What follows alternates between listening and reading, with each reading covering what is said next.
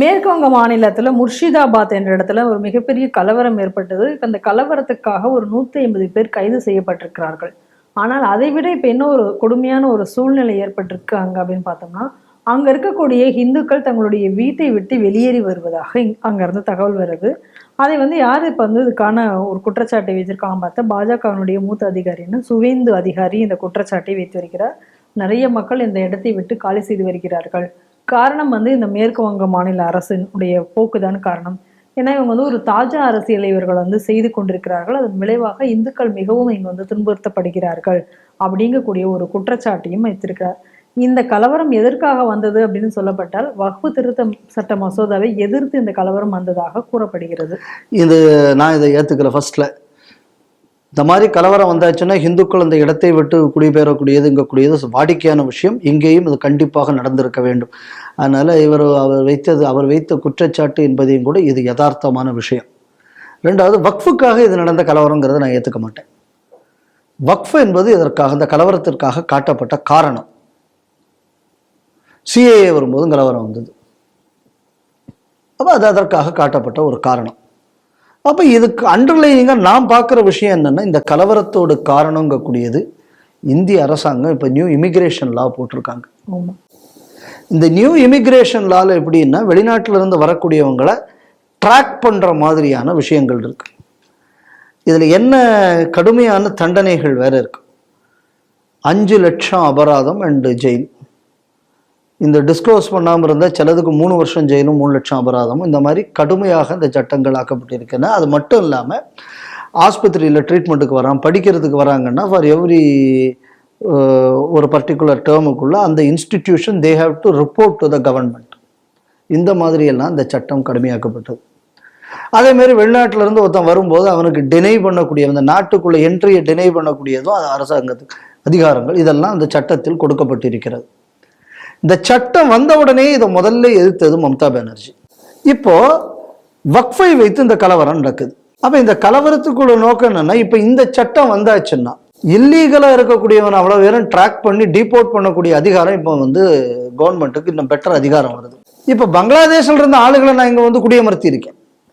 இந்த சட்டத்தை பார்த்து இவனுங்க அமல்படுத்திட்டான்னா எனக்கு யாரும் ஓட்டு போடுறது? இது அந்த அம்மாவுக்குள்ள பிரச்சனை. அப்ப என்ன பண்ணணும்? ஹிந்துவை விரட்டி விட்டு வெளிநாட்டுக்காரனை மட்டும், அதாவது பங்களாதேஷ் தொழுக்கள் மட்டும் நம்ம அங்க கொண்டு வச்சுட்டோம்னா பிரச்சனையே இல்லையே. எவ்வளவு நாள் அந்த அம்மாவுக்கு தெரியும், நம்ம சாகக்கூடிய காலம் வரை அந்த அம்மா இருந்துரும்.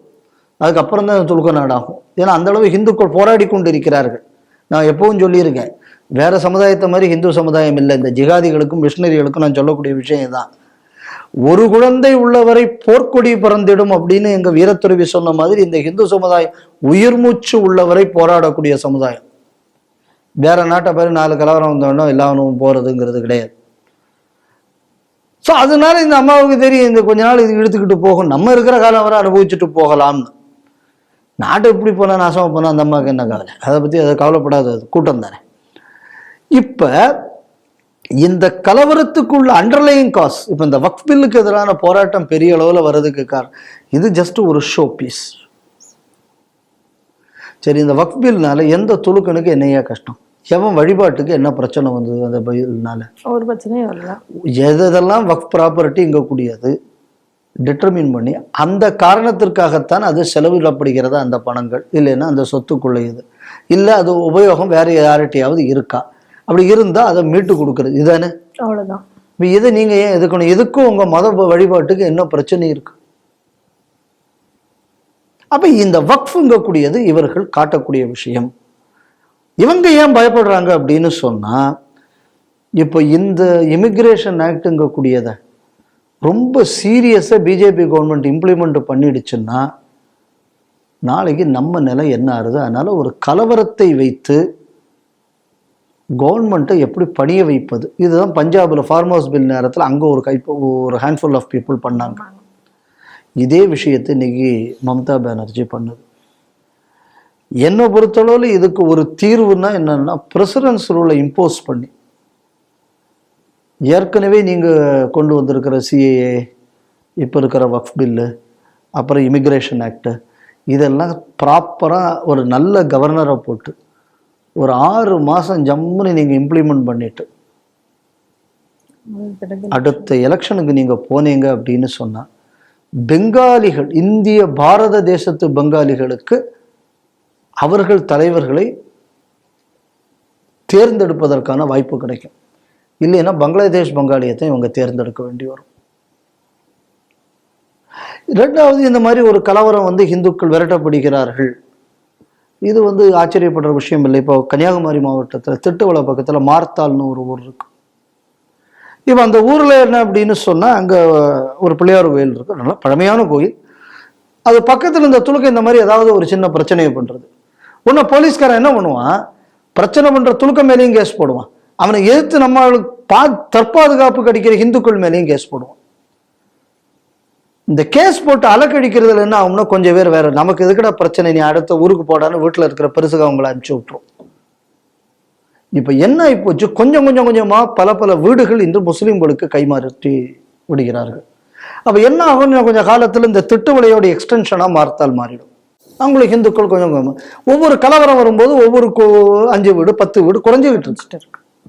ஏன்னா நான் ஸ்டடி பண்ணியிருக்கேன் இந்த ஊர், அதனால எனக்கு தெரியும். இன்னைக்கு இதே விஷயம்தான் பாரத தேசம் முழுக்க இதான் நடந்து கொண்டிருக்கிறது.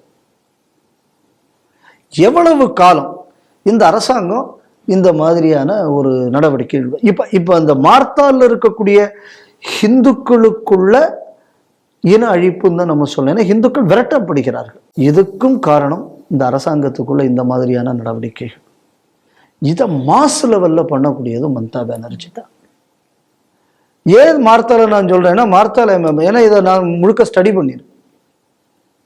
அப்போ இந்த இடத்திலேயே இவ்வளவு பண்ணக்கூடிய ஆள், இவ்வளவு அப்ரப்டா இருக்கக்கூடிய மமதா எப்படி அந்த வேலையை பண்ணும் அப்படிங்கிறது நம்மளால ஈஸியா ஊகிக்க முடிகிறது. அதனால இந்த குடியேற்றம் கூடியது இன்னைக்கு பிஜேபி அதை ஒரு இஷ்யூவா கொண்டு வந்திருக்கிறது என்பது நல்ல விஷயம். ஆனால் இதை பேசிவிட்டு விடக்கூடாது.